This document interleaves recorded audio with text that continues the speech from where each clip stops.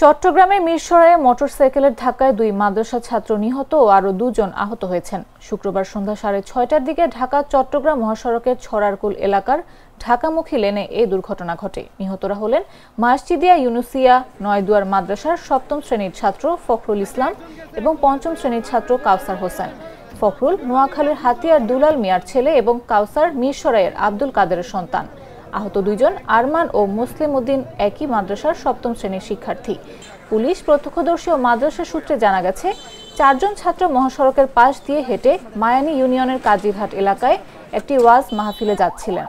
এ সময় একটি মোটরসাইকেলকে ট্রাক চাপ দিলে নিয়ন্ত্রণ হারিয়ে মোটরসাইকেলটি পাশে হাঁটা ছাত্রদের ওপর উঠে যায়। ঘটনাস্থলেই 2 ছাত্রের মৃত্যু হয় এবং আহতদের স্থানীয়রা উদ্ধার করে প্রথমে বড়তাকিয়া বাজারের একটি ক্লিনিকে নিয়ে যায়। পরে তাদের চট্টগ্রাম মেডিকেল কলেজ হাসপাতালে পাঠানো হয়। কুমিয়া হাইওয়ে থানার ওসি জাকির রাব্বানী জানান, মোটরসাইকেল চালককে আটক করা হয়েছে এবং আইনগত ব্যবস্থা নেওয়া হয়েছে।